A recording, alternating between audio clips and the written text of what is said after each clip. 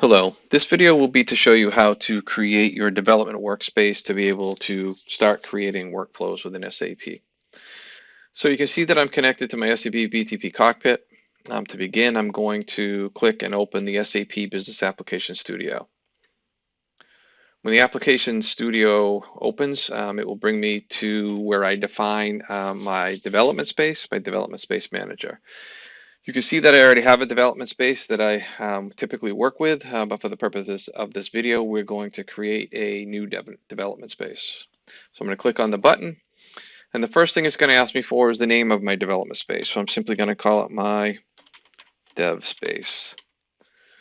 Then it wants to know the type of application that we want to create. We're going to choose SAP Fiori.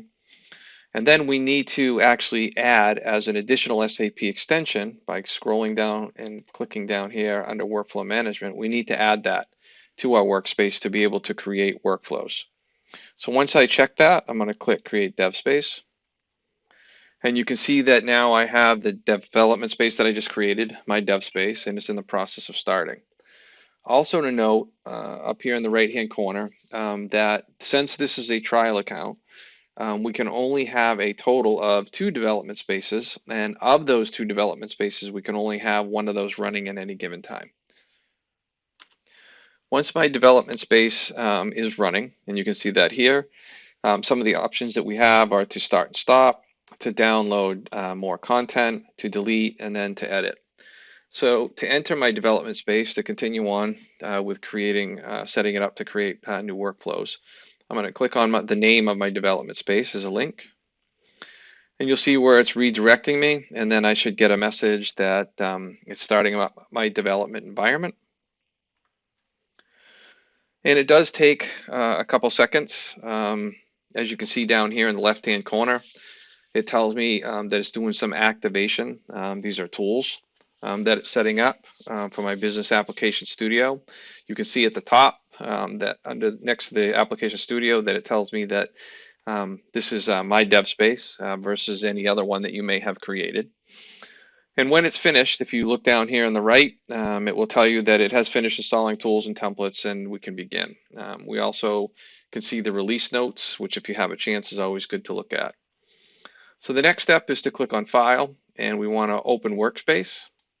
Within our development space, projects is the first thing that you can start with. You go ahead and click Open. You can see again it takes a second and it adds that project folder to our development environment. And you'll be able to see that over here in the Explorer. You can explore projects. Again, this is within my dev space. So the next step that we would do, again, you can see down at the bottom, it was doing some activation, and it creates a new folder called VS Code. There's some information in here. But to continue on, we're going to go ahead and click File, and we're going to choose New Project from Template. And we're going to click that. And then, again, within our projects folder, within my dev space, the next thing that's asking for is the type of application that we want to create. So we have an adaptation project, an SAP Fiori application, or the one we're looking for is this basic multi-target application. And it tells you that MTAs, multi-target applications, are comprised of multiple software modules that are created with different technologies, yet share the same development lifecycle. So we're going to choose this to begin our workflows, and then click Start. And you can see where it loads a template, and then the first thing it wants to know is what's the name of this project is going to be. It can be any name, but we'll say my first project.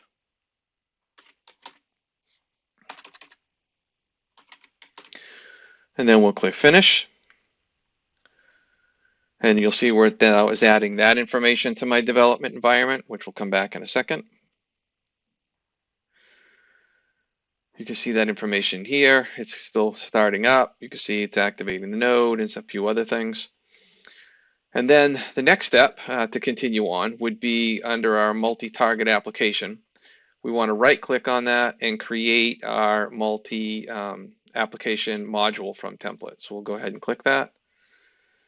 And then again, it wants to know what module template do we want to use. So it can be Fiori, it can be the app router configuration, or of course, what we're trying to do is this workflow module. So I'm going to go ahead and click workflow module and then click on start. And then it will give you some information as far as the path, your first project and so forth, and then enter the module name. Again, I'm simply going to say that this will be called first workflow, and I'll click next. And then it wants a name for the workflow. So I'm just, in this case, just simply going to say my first workflow. I can give it a description if I want, and then click finish. And now what you can see over on the left-hand side, it's loading the workflow editor. You can see under the Explorer that I have code and template that is set up for forms, data, scripts, and so forth. And of course, my first workflow. Now you have the palette to be able to start working on your first workflow. Thank you.